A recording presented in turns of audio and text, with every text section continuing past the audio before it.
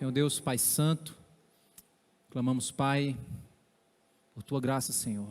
Guia, Senhor Deus, essa palavra. Teu Espírito, Pai, venha falar, Senhor Deus, aos nossos corações. Não nos deixa, Senhor Deus, sairmos daqui sem sermos impactados pelas Tuas verdades, Pai.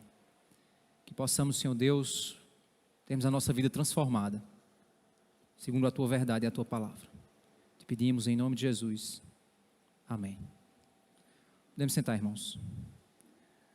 A nossa mensagem hoje, ela tem como título: Quando se ama a verdade de Deus sem amar o Deus da verdade.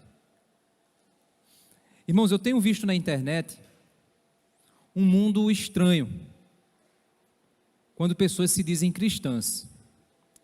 A gente que vai trabalhando esse mundo cada vez mais vai nos conectando e a gente acaba trabalhando cada vez mais com a internet, já que o ministério pastoral é um ministério de comunicação. Então a gente vai se envolvendo na internet e a gente começa a perceber alguns comportamentos. De um lado a gente vê pessoas que defendem a verdade cristã, que lutam pela doutrina bíblica com unhas e dentes, e ao mesmo tempo na defesa, quando elas estão se defendendo, né, elas estão lutando pela verdade, você vê grupos, pessoas fazendo isso,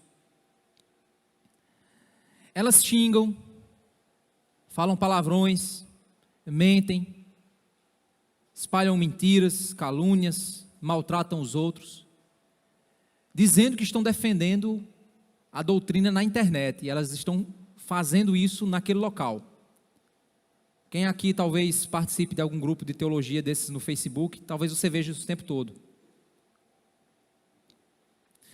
De outro lado, a gente vê também pessoas que se dizem cristãs, postam suas fotos cheias de sensualidade, se expõem na internet, e às vezes cometem até o disparate de colocar fotos onde elas expõem os seus corpos, e quando você faz isso, a sua intenção não é somente expor a sua beleza, mas é realmente ser desejado. Ninguém expõe uma foto sensual se não quiser que as outras pessoas pensem alguma coisa de você. Você está fazendo isso porque você quer que alguém deseje você. Mas a Bíblia chama isso de defraudar, isso é uma defraudação. Você está despertando nas pessoas um desejo que você não pode suprir. Você está levando essas pessoas a cometerem um pecado, e por isso você também está pecando. E tem pessoas que fazem isso, ditas crentes, ditas cristãs, e ainda botam versículos bíblicos embaixo, ainda colocam ali coisas que parecem ser santas. Vemos também uma autoidolatria nas mídias, que também é pecado. Pessoas que estão o tempo inteiro, se exaltam o tempo todo, que estão ali sempre mostrando que são muito especiais, muito bonitas, muito isso, muito aquilo, e ainda põe assim, que ele cresça e eu diminua. O que seria isso, irmãos? Será um tipo de esquizofrenia? Esquizofrenia é você fica vivendo uma vida dupla, né? Um duplo padrão, e você não consegue perceber que você está vivendo um padrão duplo. Seria uma doença mental?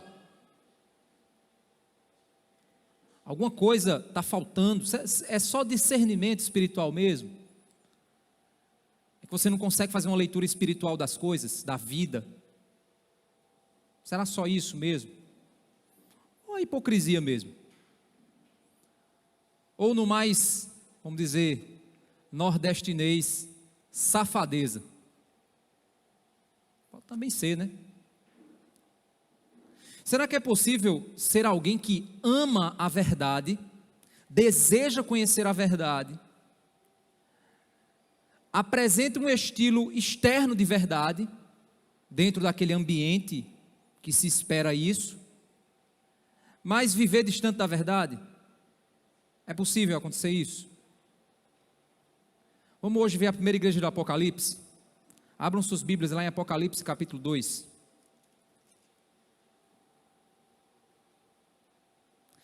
É aqui onde Jesus ele inicia e cada uma das cartas, ele traz à tona uma das suas características simbólicas apresentadas na visão inicial que nós vimos semana passada. E possivelmente, uma das razões pelas quais Jesus inicia apresentando essa imagem simbólica dele, é porque estamos aqui lidando com uma igreja que poderia estar orgulhosa de sua posição. Em que sentido? A igreja em Éfeso era uma igreja centralizada em uma das maiores cidades da Ásia, cidade rica, 250 mil habitantes. Essa cidade ela era o centro de recepção de 3 grandes trajetórias de navios de comércio marítimo. Lá foi também onde o evangelho se firmou e iniciou naquela região da Ásia, sendo uma igreja plantada por Paulo, uma igreja grande, em uma cidade rica. Um dos maiores templos daquela época foram levantados para a deusa Diana, que era a deusa da fertilidade, onde existiam milhares de prostitutos e prostitutas cultuais, que eram sacerdotes que, para você oferecer culto a Diana, você ia para lá e mantinha relações com aquele sacerdote, para que você pudesse oferecer um culto àquela deusa. E essa cidade, essa igreja, por ser num local rico, central, ela também acabava sendo um tipo de mãe para as igrejas daquela região, uma igreja mãe. Será que por isso ela havia assumido uma posição arrogante? Será que ela estava se posicionando como uma igreja líder, responsável sobre as demais? Não sabemos, mas podemos inferir que Jesus, ao utilizar essa imagem simbólica dele, ele estaria fazendo uso para a razão com a qual ele vai tratar na igreja. Cada uma das imagens que Jesus usa de si era para trabalhar na igreja uma determinada dimensão de pecado daquela igreja. E ele começa no verso 1 dizendo: ao anjo da igreja em Éfeso escreva: estas coisas diz aquele que conserva na mão direita as 7 estrelas, ou seja, aquele que detém a autoridade sobre aqueles que lideram, sobre aqueles que guiam as estrelas, os anjos da igreja. Eu detenho a autoridade sobre eles. Não você, Éfeso, sou eu. Eu sou a autoridade sobre eles. E que anda no meio dos 7 candelabros de ouro. Éfeso, sou eu o Senhor da igreja. Não é você, não são vocês. Sou eu o Senhor da igreja. Eu sondo as igrejas, as suas obras. Eu julgo, eu oriento, eu direciono. E diante dessa imagem, então, ele inicia, no verso 2, afirmando algumas qualidades dessa igreja. Conheço as obras que você realiza. Quando ele diz conheço, ele fala aquele que tem os olhos como chama de fogo, que sonda todas as coisas no mais profundo, no mais invisível, no mais profundo das obras que cada um de nós venhamos a fazer. E ele diz: eu conheço as obras que você realiza, eu sei o que você faz, Éfeso. Eu não estou esperando que você me dê um relatório no final. Eu estou aqui vendo o que você está fazendo, eu vejo a sua vida, eu caminho no meio das igrejas. Eu julgo, eu olho, e eu conheço o que você tem feito. Tanto o seu esforço, você é uma igreja que se esforça para cumprir sua missão. Eu vejo o seu esforço, a sua vontade, como a sua perseverança. O texto continua. Eu sei que você luta para se manter firme, luta diante das circunstâncias difíceis para se manter no caminho que você entendeu que é o caminho. Eu conheço as tuas obras. Sei que você não pode suportar os maus, e que pôs à prova os que se declaram apóstolos e não são, e descobriu que são mentirosos. Jesus também diz: eu sei que você não tolera, que você não recebe, que você não apoia aqueles que estão mal intencionados, como os falsos apóstolos, que vêm com suas heresias, com suas doutrinas para desviar o meu povo, para apresentá-los um caminho que vai levá-los à destruição, que vai afastá-los de mim, que vai esconder a minha face, para que eles não me vejam, para que eles não me conheçam. Eu sei que vocês não suportam esses perversos, esses mal intencionados, e que vocês colocaram eles à prova e que descobriram por meio dessa prova de que eles são mentirosos. O que isso significa dizer, irmãos? Que a igreja de Éfeso era uma igreja bíblica, uma igreja que lutava pela doutrina correta, pela ortodoxia, doxa, conhecimento, conhecimento alinhado, reto, correto. Era uma igreja ortodoxa, era uma igreja que tinha ortodoxia, uma igreja que tinha uma doutrina correta, um entendimento bíblico correto. E era uma igreja que não só tinha um entendimento correto, mas ela lutava contra a heresia, contra a maldade dos falsos profetas. E ela provava essas doutrinas e reprovava as doutrinas que eram doutrinas heréticas, doutrinas que estavam indo de encontro à verdade. E Cristo sabia, conhecia as obras deles, a perseverança, a batalha nesse sentido, o esforço com o qual eles se mantinham naquela reta justiça que Deus em Cristo ensinou, usando os apóstolos, usando os profetas, usando a palavra para ensiná-los. Eles lutavam e se mantinham firmes. O verso 3 ele continua dizendo: você tem perseverança, suportou provas, provavelmente eles foram provados também, perseguidos, maltratados, isolados talvez, por grupos, por falsos apóstolos, por pessoas perversas, por pessoas mentirosas. E eles fizeram isso, segundo o verso 3, por causa do meu nome. Eles faziam isso por Cristo, porque eles queriam se manter firmes em Cristo, firmes na verdade de Cristo, sem esmorecer. O texto finaliza. No entanto, irmãos, essas cartas, elas apontam também algumas acusações em algumas igrejas, pecados que as igrejas precisariam tratar.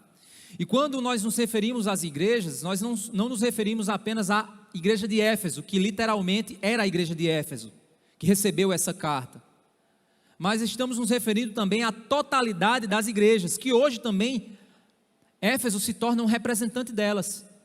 Igrejas que lutam pela verdade, igrejas doutrinadas, pastores que batalham pela fé, batalham pela verdade, batalham pela doutrina, se levantam contra a heresia, apontam os falsos profetas, denunciam o erro. Uma igreja que luta pela verdade, que busca a verdade, que sofre pela verdade. Também são igrejas representadas aqui, nos dias de hoje, em toda a história da igreja. Vemos também igrejas assim, como também podemos ver pessoas assim, pessoas que lutam pela verdade, que desejam a verdade, que desejam conhecer a verdade, que amam a verdade, que querem ensinar a verdade, que lutam contra a mentira, contra a heresia. Também vemos isso. No entanto, aqui existem algumas acusações que da mesma forma funcionou para Éfeso, funciona para igrejas de hoje, funciona para a minha vida e para a sua vida, que é o que ele dá no verso 4. Tenho, porém, contra você o seguinte: você abandonou o seu primeiro amor. Nós temos músicas que falam disso, né? Quero voltar ao princípio de tudo, encontrar-me contigo, Senhor. Lá em Aline Barros, ela tem essa música, né? Por vezes também a gente usa esse abandonar o primeiro amor como um clichê no meio da gospelândia, do mundo gospel, do mundo evangélico em si. A gente usa isso. Quando a gente vê um irmão novo convertido, animado, desejoso de participar, de evangelizar, qual é o comentário dos crentes mais antigos, mais comum? Aí ele está assim porque ele está no primeiro amor. Ah, então você não está assim porque você não está mais no primeiro amor. Você sabe que quando você diz isso, você está se acusando? Você está se acusando diante do pecado que Jesus acusou essa igreja. Você está dizendo o seguinte: eu não sou assim porque eu abandonei o meu primeiro amor. Significando dizer que estar no primeiro amor é uma característica positiva, e não uma característica de fraqueza ou de alguém que está começando, que está menininho na fé. Não, é uma característica de alguém que, se permanecer anos nesse primeiro amor, é sinal de que permanece fiel, da maneira como tem que ser, e não cai no erro de Éfeso, o erro que Cristo alerta aqui. Mas aí vem a grande questão: o que é o primeiro amor? O que é isso? A gente também começa a pensar, não é porque no passado eu evangelizava lá na Praça da Bandeira, e hoje eu não evangelizo mais. Eu preciso voltar ao primeiro amor, eu preciso voltar lá e voltar a evangelizar lá na Praça da Bandeira. Não. Voltar ao primeiro amor não é voltar ao passado e viver uma vida de um novo convertido. Não é viver uma vida de um tempo que você vivia e praticar obras no sentido, vamos dizer, físico da coisa. Porque eu evangelizava, eu tenho que evangelizar na Praça da Bandeira porque eu fazia isso. Então, no meu primeiro amor eu fazia isso, agora eu tenho que fazer. Não é isso. O verso 5 ele diz: lembre-se, pois, de onde você caiu. Significando então, irmãos, que essa igreja, ela caminhava no primeiro amor até um momento onde ela parou de caminhar no seu primeiro amor. E isso é visto por Cristo como uma queda. Você caiu em um determinado local. Você tropeçou e ficou prostrado. Lembre-se onde foi que isso aconteceu. Quando isso aconteceu. Você precisa voltar e lembrar. Arrependa-se. Porque isso é pecado. Isso é sinal de um pecado na tua vida. E volte, porque o arrependimento ele nos faz voltar, não nos faz encontrar um caminho alternativo, ele nos faz voltar. E volte à prática das primeiras obras. E aí a gente pensa, as primeiras obras é a evangelização lá na Praça da Bandeira. Não tem nada a ver com isso. Volte a praticar o que você praticava. As obras não é o lado físico do que eu faço, mas é o porquê eu faço. Você pode dar esmola a alguém e tocar um sinete, e estar extremamente motivado para ser visto pelos homens, e Jesus disse que você fazer isso, você já recebeu o seu galardão. Fazer boas obras para que os homens vejam, é o mesmo que não fazer obra nenhuma, para Deus. Então não é o que você faz, é o porquê você faz. E aí, irmãos, as primeiras obras, elas são obras feitas em amor, pois as obras agora não são obras baseadas no primeiro amor, mas é um amor de alguém que caiu em algum lugar e que não vive mais esse amor, que é o amor apontado pelo Senhor Jesus. E aí vocês precisam entender o seguinte, todos nós precisamos entender o seguinte: o que seria o esfriamento do amor? Que Jesus também diz isso, né? O amor de muitos esfriará nos últimos dias. O que seria amor? O que seriam obras de amor? E por isso eu quero que a gente vá lá para 1 João, a gente vai usar João para explicar João. 1 João capítulo 2, verso 3. Capítulo 2, verso 3. E aqui em João nós vamos ver pelo menos 3 dimensões do amor. 3 dimensões do amor. A primeira dimensão do amor a gente vai ver em 1 João capítulo 2, a partir do verso 3 até o verso 6. Vamos lá. E nisto sabemos que o temos conhecido a Deus, certo? Se guardamos os seus mandamentos. Como eu sei que eu conheço Deus? Quando eu guardo os mandamentos de Deus. O que é guardar os mandamentos de Deus? Não é conhecer, pastor, diga aí um número de 1 a 10, eu vou dizer qual é o mandamento. Mandamentos de Deus não se diz respeito ao decálogo, diz respeito a toda a vontade revelada de Deus. O que Deus mandou, por isso chama-se mandamento. O que Deus mandou você fazer ou mandou você não fazer. Guardar os mandamentos é pôr guarda, colocar em local seguro. Por que eu faço isso? Por que eu guardo? Porque é importante para mim, é valioso para mim. Você não guarda lixo, você não guarda coisas descartáveis, você guarda coisas preciosas, coisas valiosas, coisas importantes. Então, como eu sei que eu conheço o Deus verdadeiro? Quando no meu coração eu tenho a preocupação de guardar a vontade de Deus, pois a vontade de Deus é preciosa para mim.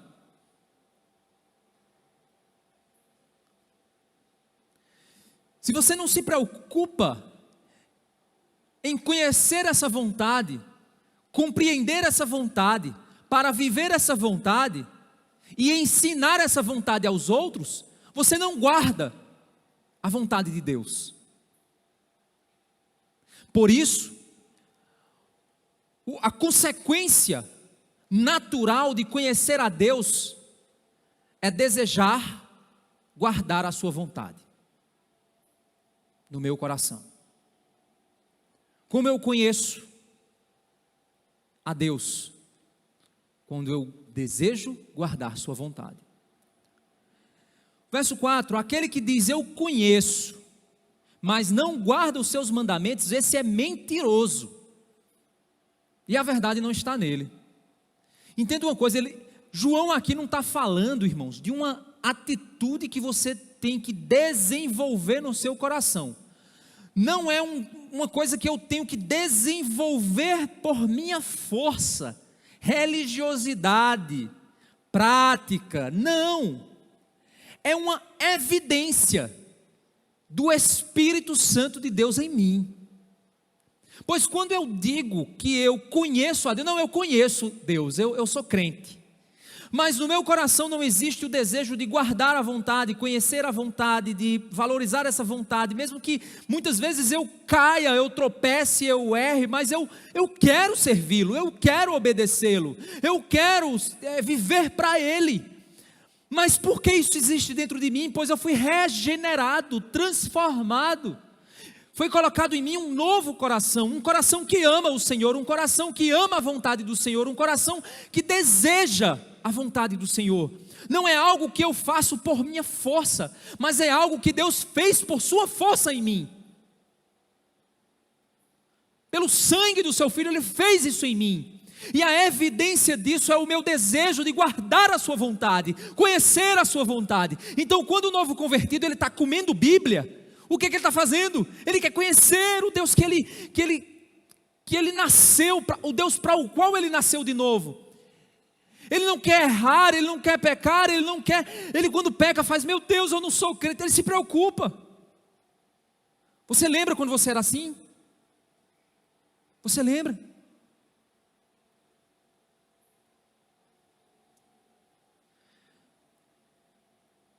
Verso 5, mas quem guarda a sua palavra, nele verdadeiramente tem sido aperfeiçoado o amor de Deus. Olha que interessante, gente.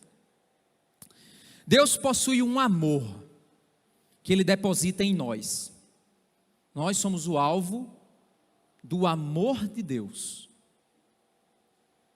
Mas esse amor, ele vai gerar transformação em nossas vidas. Deixa eu te citar um exemplo. Inclusive, quem quiser um gatinho, eu tenho um lá em casa para doar. Mas aconteceu lá, uma gata, né, deu cria lá, e aí a gente esperou o tempo lá, pegou os gatinhos, já doou alguns, aí disse, vamos ficar com um. O nome dele é Luke. Eu botei Luke porque ele é sortudo, ele caiu de cima do telhado, e aí a gente pegou ele, com o maior cuidado para a mãe não enjeitar, e botou ele lá de volta. Aí o bicho caiu de novo. Aí a gente disse, rapaz, caiu 2 vezes, coitado. Aí a gente viu que a mãe estava enjeitando, a gente pegou. Aí o bichinho estava doentinho, rapaz, fraquinho, estava magrinho. Aí a gente disse assim, vamos ficar com ele? Aí fui no veterinário, gastou um dinheiro que a gente não tinha planejado, comprou um medicamento que a gente não tinha planejado. Rapaz, o bichinho está fofinho, lindo, rapaz. Às vezes eu estou deitado, eu estou lendo, ele chega, pula, tal. É um chameco comigo que eu estou gostando. Mas é interessante porque quando a gente pegou ele estava feio, remelento, magro, e a gente olhava assim, meu Deus, que bicho feio, parece um gremlin, parece um alienígena. Mas nós depositamos amor nele. Está entendendo onde é que eu quero chegar? Nós escolhemos e depositamos amor nele. E ele está dando fruto desse amor. Ficando cada vez mais bonito, mais forte, mais brincalhão, fazendo a gente rir. Deus nos escolheu assim, depositou o seu amor em nós. E esse amor, ele vai gerar fruto, em santificação. Então, quando eu desejo guardar a palavra de Deus, é sinal de que o amor de Deus está sendo aperfeiçoado em mim. Está entendendo o jogo aqui? Significa dizer que o amor dele está dando fruto. Aquilo que ele plantou em mim está nascendo flores, frutos, está gerando algo belo aos olhos dele. Por isso que Jesus diz, aquele que me ama guarda os meus mandamentos. Eu e o Pai viremos e faremos nele morada, me manifestaremos a ele. Porque quando ele diz quem me ama, guarda os meus mandamentos, ele não está dizendo que você tem que provar para Deus que ama ele, obedecendo, não, é porque ao amá-lo, a obediência é a consequência natural. Eu lembro, irmãos, João aqui mais para frente, ele diz, e nós queremos obedecer os seus mandamentos, e os seus mandamentos não são pesados. Aí a gente às vezes se pega pensando a seguinte coisa, ai, como é difícil obedecer à vontade de Deus, ai, como é difícil. Meu amigo, não é difícil quando se ama. Eu vou citar aqui um exemplo, mesmo que eu citei antes, para você não ficar com raiva de mim. Mas, por exemplo, aquelas apaixonites adolescentes, né? Eu quando era adolescente, arrumei uma namorada, ela morava muito longe da minha casa. E ao sol do meio-dia eu me levantava, eu me arrumava, me perfumava, ficava todo cheirosão, andava a pé, no sol quente, não sei quantos quilômetros, era quase 45 minutos andando, para me encontrar com ela. E às vezes meu pai ria dizendo assim, mas você não acaba besta danada, pai, tu anda estudinha, pai, deixa de ser besta. Mas para mim, quando eu não via como trabalho. Não é assim quando a gente gosta de algo, não é assim? É assim, não é pesado, não importa o tamanho da coisa que você tem que levantar, você faz, porque você ama. Então quando a gente diz assim, é tão difícil fazer a vontade de Deus, né? A vida cristã, ela é difícil quando não se ama a Deus, porque você fica lutando com um leão mais poderoso do que você, o leão da carne, dentro de você, e você fica dando murro num bicho que está muito mais musculoso que você, e o leão do espírito está fraco, e você lá, tentando resistir, não consegue, é difícil. Aí vira monge, se tranca dentro de um quarto e vai virar monge para não pecar. Porque se você ir no meio da rua, você não vai aguentar e vai atrás do erro, atrás do pecado, porque é aquilo que você ama.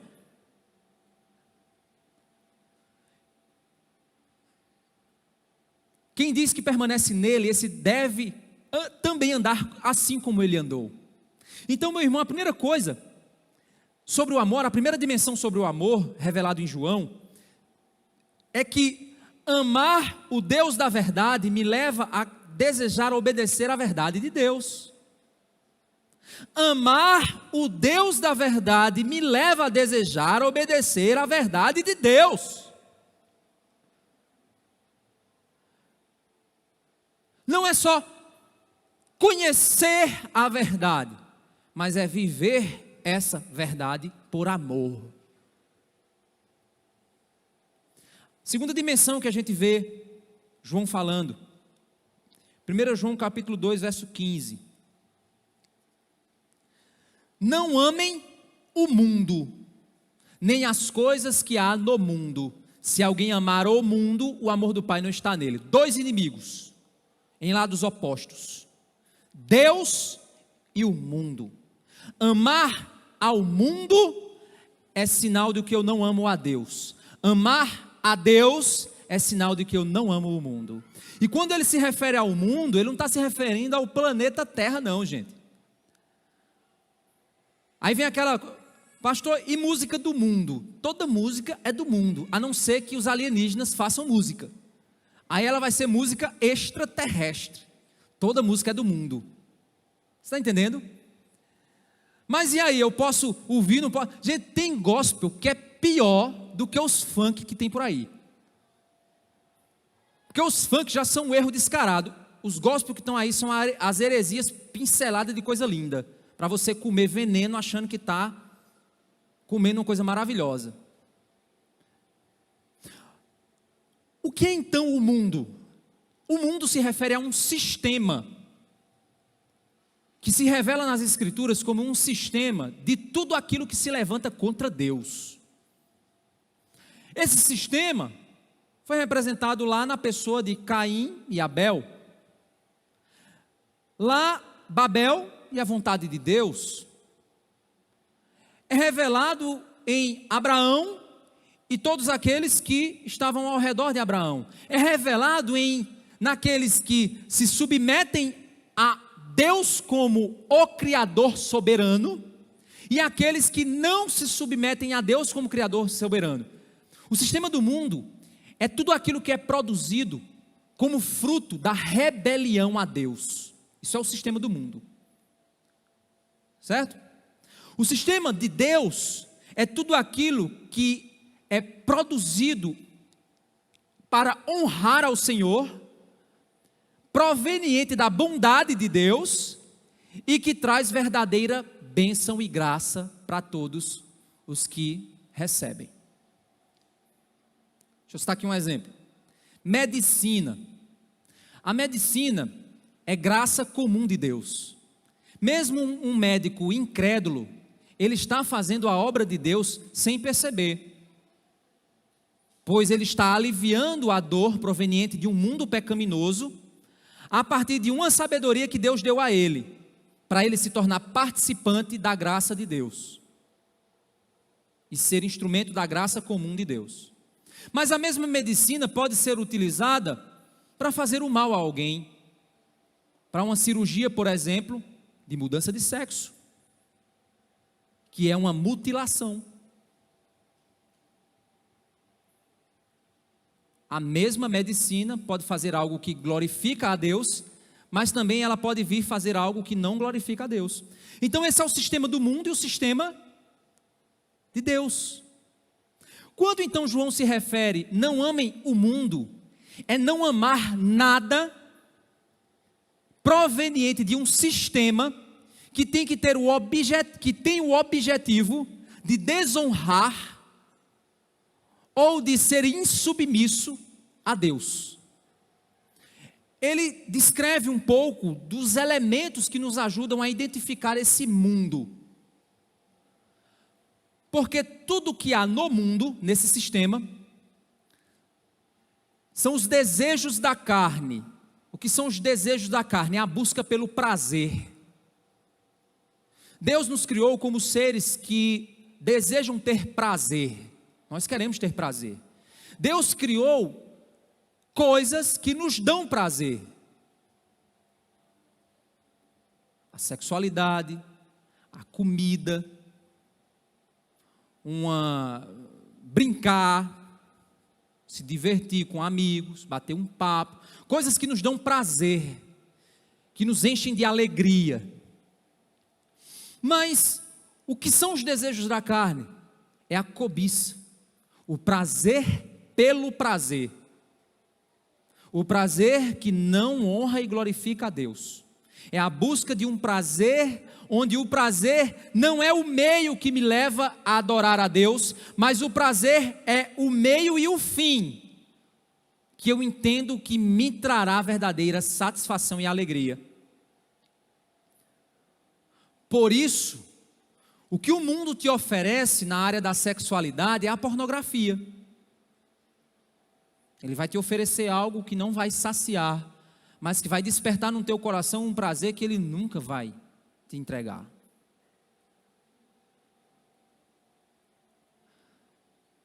A busca pelo prazer, o desejo, saciar o desejo da carne é o que movimenta o mundo.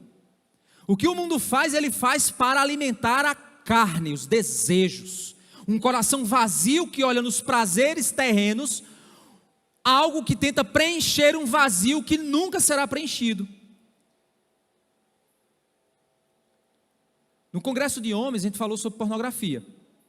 E lá em Provérbios, tem um texto muito interessante que ele diz assim: beba água da tua própria cisterna. Ele está se referindo à esposa que Deus te deu. Você quer água? Beba água da cisterna que Deus te deu. É uma linguagem figurada. E aí ele diz: alegra-te com a mulher da tua mocidade. Aí ele cita lá uma parte do corpo dela. Te saciem, e seja nela cativado perpetuamente. Deus está dizendo: eu criei a sexualidade. Você homem, eu te dei a provisão na tua esposa. Cultiva nela isso, pois você alimentará o teu corpo e a tua alma, porque isso vem da mão de Deus. O que é que a pornografia faz? Eu te ofereço isso para você ter prazer. Você alimenta a sua mente com um bocado de lixo, aí você vai tentar procurar na sua esposa aquele lixo e não vai encontrar nunca lá, pois aquele lixo não vem da mão de Deus. E você tenta matar a sua sede bebendo Coca-Cola, onde você nunca vai conseguir saciar.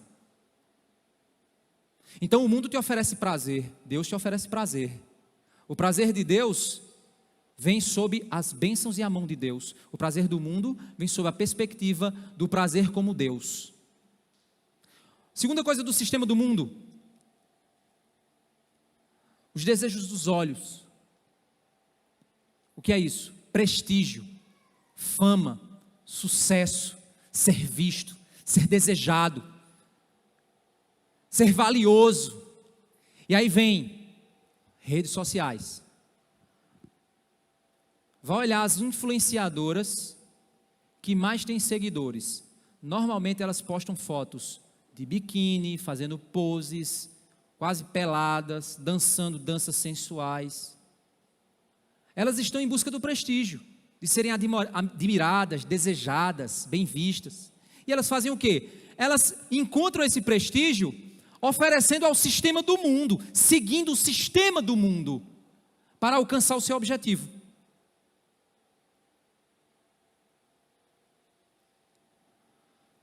Soberba da vida, o exagero, o poder ter o que quiser, na hora que quiser, do jeito que quiser, sem que aquilo glorifique a Deus. Deixa eu tocar num ponto aqui. Você sabia que uma coisa que é bênção de Deus é a comida, viu gente? É óbvio que a comida é bênção de Deus, como todas as outras coisas que Deus criou. Mas você sabia que você pode fazer da comida um ídolo? E criar uma relação emocional com a comida. Quando você está ansioso, você come. Quando você está triste, você come. Quando você está abatido, você come. E isso faz com que você exagere. E ao exagerar, sabe qual é o nome disso? Glutonaria. É um dos pecados menos falados nas igrejas. É impressionante, porque é o que mais o povo de Deus comete. Porque a gente não bebe, mas come. O zói grande. Oi grande, né? Como a gente diz aqui no Nordeste. Oi grande. E aí você vai provar as consequências de todo esse descontrole. toda essa soberba da vida. Deus te deu a condição de você ter um entretenimento, um filme para você assistir. É um entretenimento, vem das mãos de Deus, é tecnologia. Deus permitiu que o homem criasse. O que é que você faz? Senta na frente do computador, passa o dia inteiro, parece até um drogado, com a Netflix entrando no sangue. E o mundo lá, jogando a cosmovisão dele. Drogas, sexo, perversidade, você lá, só engolindo aquilo ali, de todinho, de todo, vamos maratonar, bora, blá, madrugada, o jogo. Tem mães que me dizem que tem jovens aqui da igreja que tem virado o dia, trocado o dia pela noite. Isso é vício. O Deus dele é aquilo. Ele está entregue à soberba da vida, a encher-se, a poder fazer o que quiser, na hora que quiser, do jeito que quiser. A vida não é assim, a vida ela é regrada. Você tem que comer na hora, você tem que dormir na hora, você tem que... A vida é assim. Deus criou, Deus é o único que poderia ter feito o que quisesse, do jeito que quisesse, na hora que quisesse, da forma que quisesse. Mas Ele criou, Ele se colocou numa condição de criar um mundo num processo de 6 dias. Ele poderia ter feito assim, pá, pronto, criei, vou dormir. Podia. Ele não dormiu, viu, gente? Mas só usando como força de linguagem. Ele não fez isso. Ele foi no processo. E ao 7º dia descansou e disse ainda mais para você: descanse também. Contemple as obras. Então, irmãos, o verso 17 diz: ora, o mundo passa, bem como os seus desejos. Esse sistema vai passar. O sistema com o qual o mundo se alimenta é um sistema temporário, autodestrutivo, e que destrói todos aqueles que se submetem a ele. Amar esse sistema é tomar veneno em doses homeopáticas. É todo dia colocar na tua água um pinguinho de veneno de rato e ficar tomando todo dia. Um dia tu vai morrer. Viver sob esse sistema, amando esse sistema, submetendo-se a esse sistema, é isso. E um coração que se submete a isso, ele está no caminho contrário àquele que se submete a um Deus que nos traz coisas eternas. Como ele diz, aquele que faz a vontade de Deus permanece para sempre.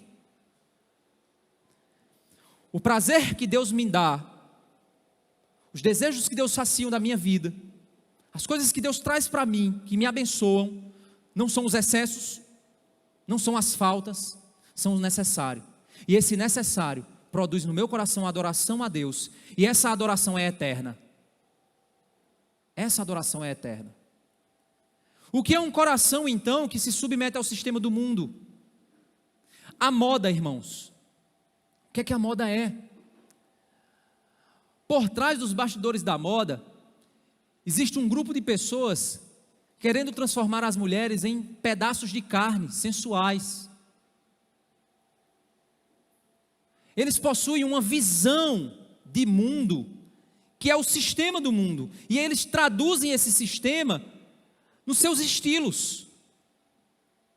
E aí nós, que temos a visão da mente de Deus, alimentamos e nos vestimos com aquilo que a moda faz para sensualizar as mulheres, objetificar as mulheres.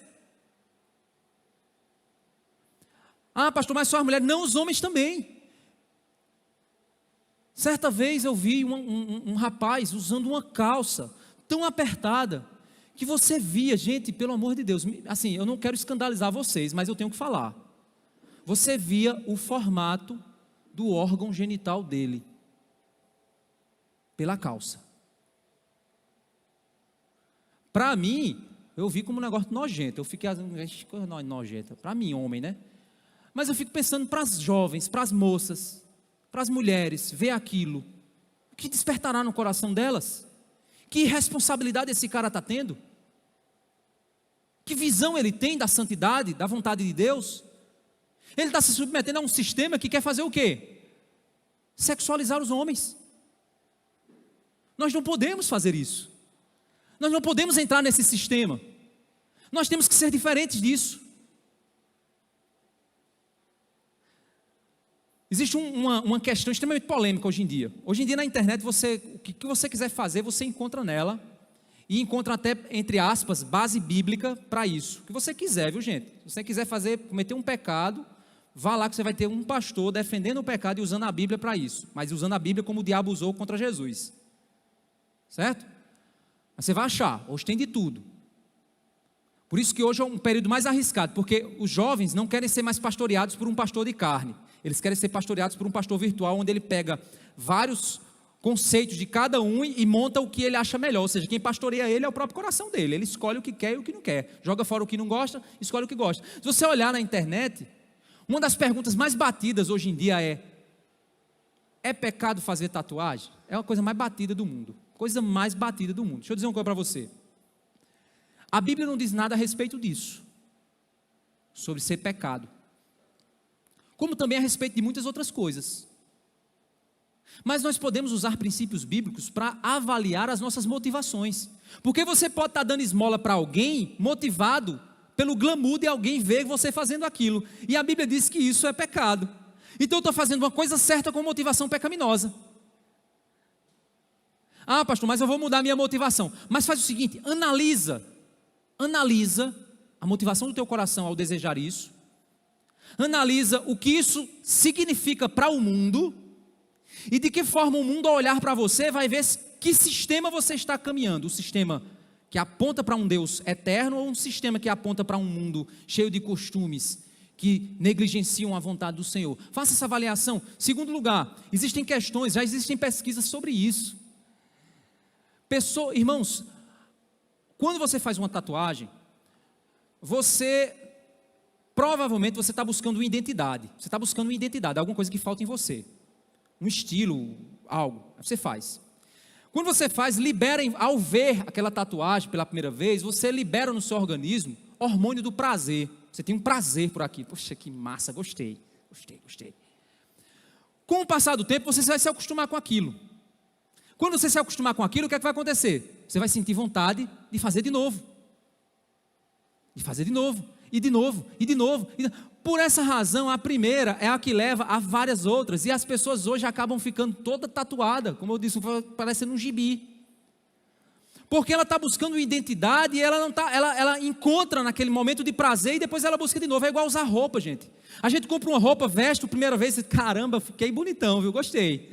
Mas depois de um tempo você diz assim, essa roupa não presta mais não. Vou comprar outra, mas é roupa, você muda. Calça boca de sino. Vocês lembram dessas calças?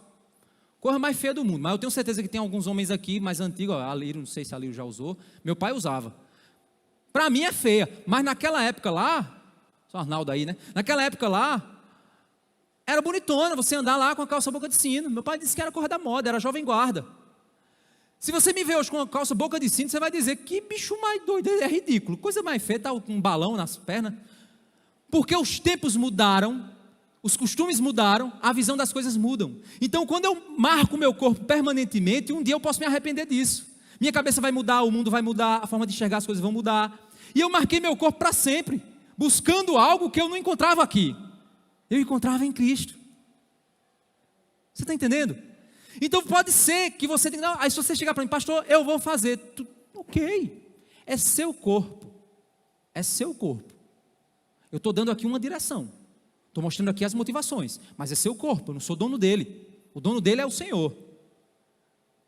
Se ele te autorizar, a minha ele não me autorizou. Porque ele me fez muito bonito. Eu me acho bonito. Se não me acha bonito, você está perdendo de ver a minha beleza. Então eu não preciso ficar me marcando, não preciso disso. Não, mas é porque é para os amigos, não sei, mas que amigo o quê? O meu amigo vai pagar minha conta? Vai pagar minha conta? Ah, pastor, mas eu já tenho. Ok, tudo bem, você tem porque você estava com uma visão diferente e tal, mas hoje existe um pastor chamado Anderson Silva, que ele tem o corpo dele todo tatuado. Ele disse que está pagando caríssimo para remover as tatuagens do rosto dele, porque ele disse que ele tem dificuldade de entrar em alguns espaços em virtude disso. Ele mesmo aconselha, jovem, não faça. Você pode se arrepender depois. Ele mesmo. Aí, mas pastor, você não é? Aí eles olham, eu sou, porque eu fiz numa época que eu não tinha a visão que eu tenho hoje. Eu fui alguém que não fui criado com meu pai, eu me decepcionei com meu pai, eu tinha amigos que me influenciavam e eu fui na onda. Eu me arrependo disso, eu não quero isso, e eu quero que você abra sua mente agora, para num dia depois você não ter que... Esse é o sistema, irmãos. Então amar a Deus vai me fazer o quê? Abrir meus olhos e dizer assim, não, o que é isso aqui? Não, isso aqui eu não vou fazer porque isso pode desagradar a Deus. Não, isso aqui na cultura representa algo que não está correto. Não vou por aqui. Isso pode cativar meu coração, isso pode me dominar. Um outro exemplo é música, como eu falei, né? Quando eu me converti, irmãos, quando eu comecei na caminhada da fé, eu tinha uns CDs de rock, né, uma quantidade significativa de CD de rock, Metallica, Guns N' Roses, Nickelback, uma galera aí, um rock, não era pesado não, mas era um rock que eu gostava. E aí quando eu me converti a Cristo, sabe o que foi que eu fiz? Taquei uma marreta, meti uma marreta em cima. Ah, pastor, então hoje você não escuta? Não, eu escuto. Alguns desses eu selecionei e escuto eles na minha intimidade, para não gerar nenhuma má interpretação de outra pessoa de fora, de alguém que não conhece a Cristo, vai dizer, o pastor é roqueiro. Não, está lá, Não, aquela cultura do rock não me representa, a cultura não me representa. Agora, aquela musicalidade, aquela coisa, eu gosto, da sonoridade, da musicalidade, algumas letras, algumas coisas, legal, ok, é um prazer para mim, é um dom que Deus deu a homens para produzir um estilo musical que me agrada e que eu acho legal, ok, mas hoje eu enxergo assim. Quando eu me converti eu não enxergava assim, e eu fiz isso por quê? Por amor a Cristo. Eu fiz isso porque eu disse, não, isso me influencia negativamente, isso me aprisiona, eu não quero isso, eu arranquei da minha vida, por amor. O que eu estou querendo dizer, irmãos, não é que algo Paulo diz, uns guardam dias, outros fazem distinções de dias. Alguns que guardam dias, e se ele falava naquela época lá, porque tinha judeus e gentios convivendo, né? Hoje a gente não tem mais judeu dentro de uma religião judaica, num sentido daquele tempo, certo, gente? Então o adventista que guarda o sábado, ele está errado, certo? Ele não é judeu a guardar sábado. Então assim, mas Paulo, como tem aquela convivência, Paulo diz, tem uns que fazem isso, eles fazem para Deus, deixa que eles façam.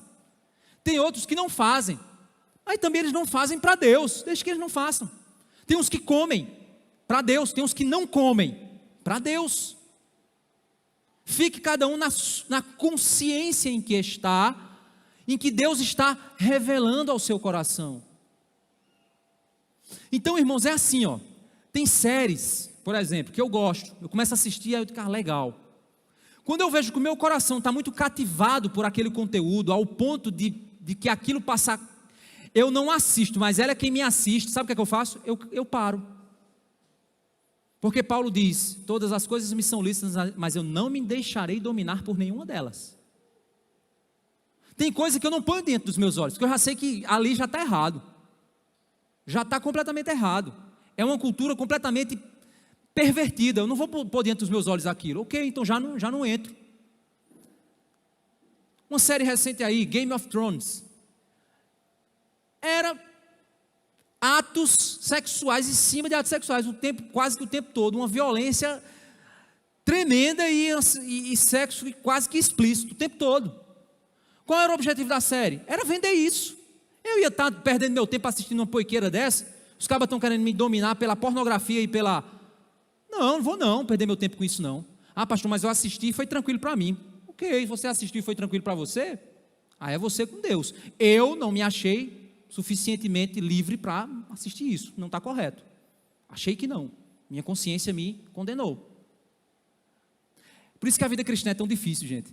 Seria muito mais fácil eu chegar para vocês aqui e dizer para vocês as 265 regras da vida cristã, siga a primeira regra, siga a segunda regra, mas não é assim. Eu não posso ter um relacionamento jurídico com Deus. Imagina, eu casei com Michele, aí ela chega em casa, atrasou um pouquinho, a gente chega em casa de 8h30. Não, chega em casa de 9 horas. Aí ela chega, amor, eu queria conversar contigo. Eu disse, olha, no nosso contrato de casamento tem dizendo que o nosso tempo de conversa diária é de 8 às 8h30. você chegou agora às 9, então eu estou livre dessa obrigação, segundo o mandamento número 365 da nossa confissão de casamento. Então, vá-te embora que aqui o nosso relacionamento é assim. Vocês acham que isso é amor?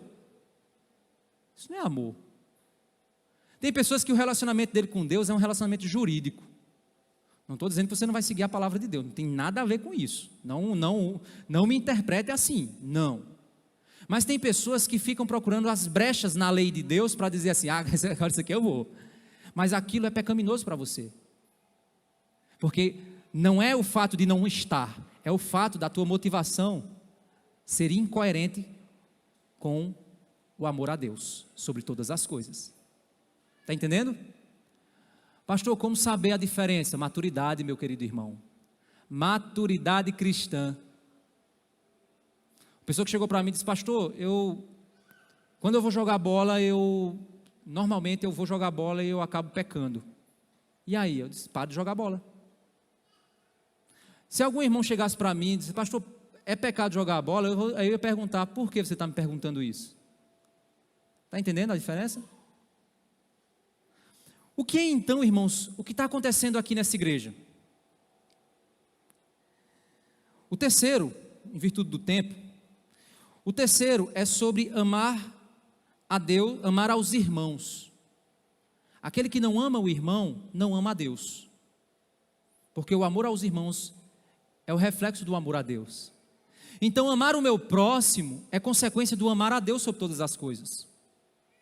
Então, basicamente, eu tenho essas três dimensões do amor. A primeira dimensão do amor é eu amo o Deus da verdade para obedecer à verdade de Deus. A segunda dimensão do amor é que eu me separo, eu me santifico, eu me separo deste mundo por amor a Deus.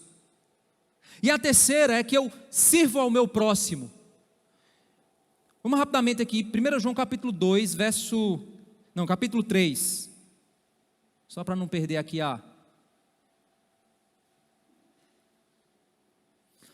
Verso 10, nisto são manifestos os filhos de Deus e os filhos do diabo. Todo aquele que não pratica a justiça não procede de Deus.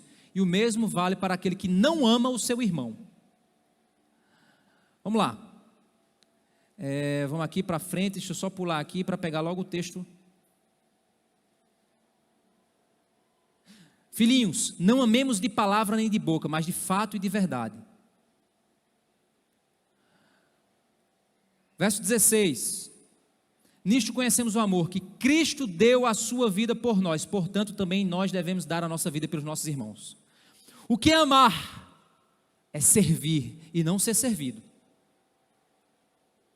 Como é que eu conheço que o amor de Deus está em mim? Quando eu sirvo o meu irmão, não vislumbrando o meu serviço, mas vislumbrando o serviço dele. Amar é se doar pelo outro. Isso é amar. Então, o que é perder o primeiro amor? Você está entendendo agora? É perder a capacidade de obedecer ao Senhor, motivado pelo amor. Santificar-se, separar-se do mundo por amor ao Senhor. E servir ao próximo por amor ao Senhor. O que é que a igreja de Éfeso então estava perdendo? A capacidade de viver isso. E aí, em que ela estava apegada? Na ortodoxia. Ou seja, conhecimento bíblico, doutrina correta, sem vida e sem amor. O que eles estavam fazendo? Servindo a Deus, sem amor por Deus. Eles perseveravam no serviço, perseveravam na doutrina, perseveravam nas coisas que tinham que fazer, mas eles estavam fazendo sem a motivação do amor. O amor é a motivação da vida do crente. Tudo o que nós devemos fazer, meus irmãos, tem que ser por amor. E tudo que nós não fazemos tem que ser por amor. Por isso que Paulo disse, se comer carne, escandalizar o meu irmão, eu nunca mais comerei carne. O que é que os crentes dizem hoje? Eu faço isso, quem não gostar, que se exploda. É assim que os crentes são, gente. Ninguém respeita mais ninguém, ninguém ama mais ninguém. Não é porque a Bíblia diz que não é pecado, então não estou nem aí para o que pensam de mim. Não é assim. Não é assim. O amor não faz com que nós façamos isso. Então, irmãos, amar a Deus nos põe em xeque com o mundo e o seu sistema. E isso é um dos fatores que nos classifica. Obedecer a Deus é sinal de nossa fé verdadeira e do amor que Ele colocou em nós. Isto deve nos levar a amar nossos irmãos assim como Ele nos amou, servi-los como Ele morreu por nós. Alguém que perdeu o amor por Deus é alguém que se envolve no sistema do mundo para agradar o mundo, não obedece a Deus por amor ao pecado. Ou seja, se é alguém bíblico, o cara faz aquilo que a Bíblia está falando friamente, mas ele faz aquilo que a Bíblia não fala, motivado pelo amor ao mundo e não a Deus. Está entendendo? A igreja de Éfeso poderia estar assumindo uma verdade, amor pela verdade e a aparência de viver na verdade, mas interiormente está se envolvendo com o sistema do mundo. Meus irmãos, o que é integridade? Integridade é você ser o que você é em qualquer lugar. Tem gente que dentro da igreja se veste bem, lá no mundo parece uma perua, um peru. Não sei nem se existe o peru, mas deve existir. Dentro da igreja tudo veste santas. Fora da igreja, é vestes do sistema do mundo. Não é assim que funciona para a vida do crente. Porque ele não ama a Deus só dentro da igreja. Ele deve amar a Deus no mundo onde ele vive. Aí você tem o quê? Interiormente, a igreja, o sistema do mundo dentro da igreja. Como é isso, o sistema do mundo dentro da igreja? Politicagem, hierarquia, grupinhos, obras feitas por vaidade, você canta por arrogância, você toca por arrogância. Isso não é de Deus, mas está dentro da igreja. Está cantando uma música maravilhosa, mas com o coração distante de Deus. E é aqui onde nós somos chamados ao arrependimento, irmãos. Apocalipse 2. Arrependa-se e volte à prática das primeiras obras. Se você não se arrepender, virei até você e tirarei o seu candelabro do lugar dele. O que é isso? Você deixará de brilhar como igreja. Você deixará de brilhar como igreja, pois você perdeu a capacidade de ser igreja. Você ficou igual ao mundo. Não, mas nós lutamos pela verdade. Mas vocês são frios. Não existe amor entre vocês. Vocês defendem a verdade com violência. Vocês tentam viver uma verdade que vocês não vivem, só dentro da igreja. Não existe amor ali, não existe motivação correta no que vocês fazem. É vaidade, é politicagem, não tem, vocês não são igreja, vocês são um clube. Perderam o status de igreja. Arrependam-se. E aí, irmãos, no verso 6 ele diz uma coisa interessante. Mas você tem a seu favor. Olha só que interessante. Entenda o seguinte, eu sei que a hora... Já alcançamos a hora, mas eu quero fechar essa mensagem. Imagina que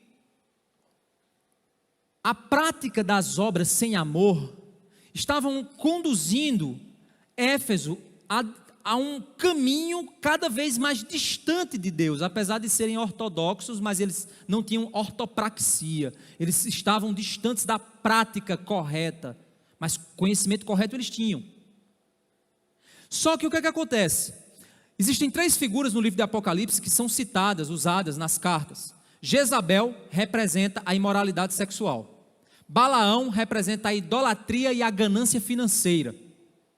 E os nicolaítas, que é um grande mistério, mas muitos teólogos chegam numa conclusão de que provavelmente os nicolaítas eram um sistema filosófico onde existia um tipo de gnosticismo libertino. O que seria isso? O gnosticismo é a crença de que Deus quer, o mundo espiritual ele é santo, e meu corpo ele é impuro. Se eu trouxer isso para dentro do cristianismo, o que é que acontece? Deus quer só o meu coração, eu faço o que eu quiser com o meu corpo. Isso é um gnosticismo cristão, certo? Você já deve ter ouvido por aí, igrejas pregando isso. Aí o que é que acontece? Você tinha um culto ao imperador também rolando dentro da cidade. Você só podia comprar, vender, ser comerciante se você se submetesse ao culto ao imperador. Mais ou menos o que acontece lá na Marca da Besta. Então o que é que acontece? Provavelmente a igreja, ela observava esse culto ao imperador, esse sistema, e eles não participavam desse sistema filosófico. E isso fazia com que, de certa forma, eles fossem perseguidos. Mas por que eles não faziam isso? Tem a seu favor o fato de que vocês odeiam as obras dos nicolaítas, os quais eu também odeio, ou seja, odeia esse pensamento filosófico, que eu também odeio, essa doutrina. Mas por que ele não colocou isso lá no começo? Né? Quando ele estava dizendo as qualidades da igreja. Eu sei que tem um nicolaíta aí, vocês estão sempre brigando com eles. Aí eu vou dizer para você a minha conclusão, o meu entendimento. É porque eles estavam indo na direção desse caminho. É como se fosse o seguinte, é como se Jesus estivesse dizendo assim: olha, vocês perderam o primeiro amor, vocês não estão mais praticando as primeiras obras, vocês estão se afastando daquilo que é correto, mas ainda vocês não caíram no caminho dos nicolaítas, ainda. Eu vou remover o teu candelabro se você não se arrepender.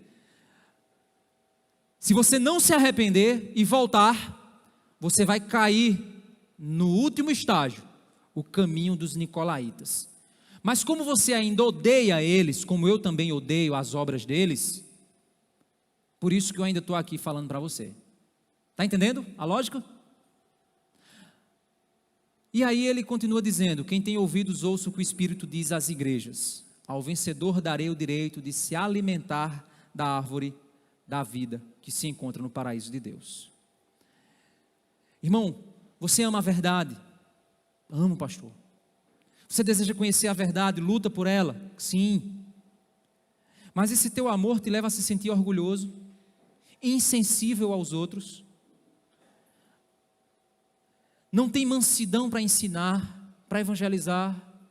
Esse conhecimento serve só para você, para o teu ego, para o teu orgulho. Você perdeu o que é amar o próximo, amar a Deus. Ou então você ama a verdade, quer viver nela, mas na realidade você trava uma luta dentro do seu coração, com o seu amor pelo mundo. Você quer o mundo e quer Cristo, quer o mundo e quer Cristo. E aí, como é que eu fico nessa? Porque você perdeu o seu amor pelo Senhor. Você perdeu o seu primeiro amor. Você vive um amor pela moda, pelo estilo, pela cultura, por coisas que não agradam a Deus. Isso torna você alguém que perde o discernimento. E aí por isso você vai e posta uma foto que não tem nada a ver com a tua vida cristã. Compartilha um pensamento que não tem nada a ver com a vida cristã. Você é alguém que frequenta a igreja, participa de algum ministério, ajuda em algo, mas você perdeu a essência de por que você faz isso, o motivo. Hoje você faz de modo frio, religioso, apenas para prestar contas às pessoas, ao pastor, mas por dentro você perdeu o seu brilho e o seu amor pelo Senhor. Você na igreja parece ser um santo, nas roupas, nas palavras, nos atos, mas lá fora, você e as pessoas do mundo não tem nenhuma diferença. Sabe por quê? Porque você aprendeu a viver uma vida de igreja e não uma vida de cristão. Você perdeu o primeiro amor. Arrependa-se. Porque se você está ouvindo essa mensagem aqui é porque é graça de Deus sobre a sua vida. Porque você ainda não caiu no engano dos nicolaítas. Você ainda não caiu no engano. Mas você pode estar prestes a cair. Arrependa-se. Volte à motivação do amor ao Senhor. Porque amar a Deus vai te fazer obedecê-lo. Uma das orações, meus irmãos, mais constantes na minha vida, é o meu pedido de que o Senhor me ensine a amá-lo sobre todas as coisas, inclusive sobre a minha própria vida. Porque eu sei que quanto mais eu amar o Senhor, mais nojo do pecado eu vou ter. E naquelas horas que eu estou sendo tentado e desejando o pecado, são naquelas horas que o meu amor pelo Senhor esfriou, e eu digo: Senhor, me ajuda a te amar.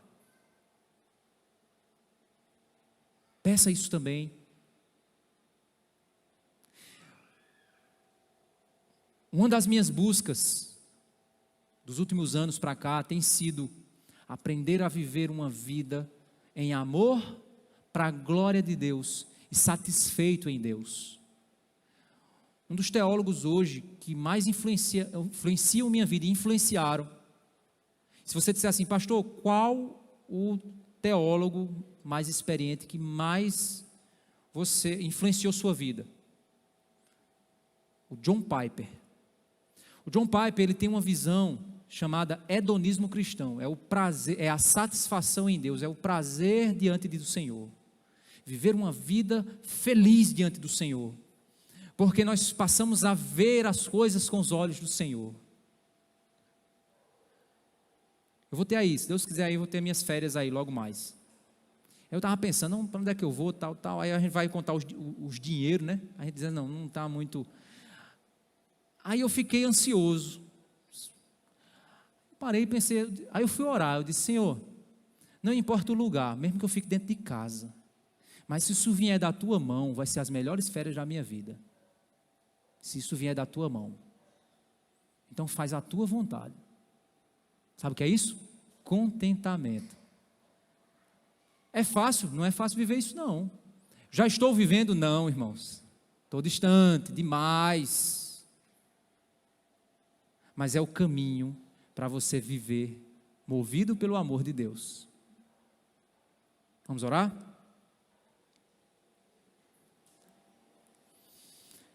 Senhor Deus, Pai Santo, nos ajuda, Senhor, a vivermos uma vida gratos, onde nós vemos as coisas que o Senhor nos dá para a nossa alegria, para o prazer, para a satisfação, que vem da Tua mão, Senhor, com equilíbrio, com graça.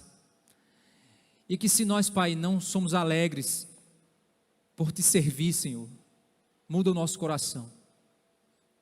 Põe o motivo do amor para Te servir, Senhor. Para vir para a igreja.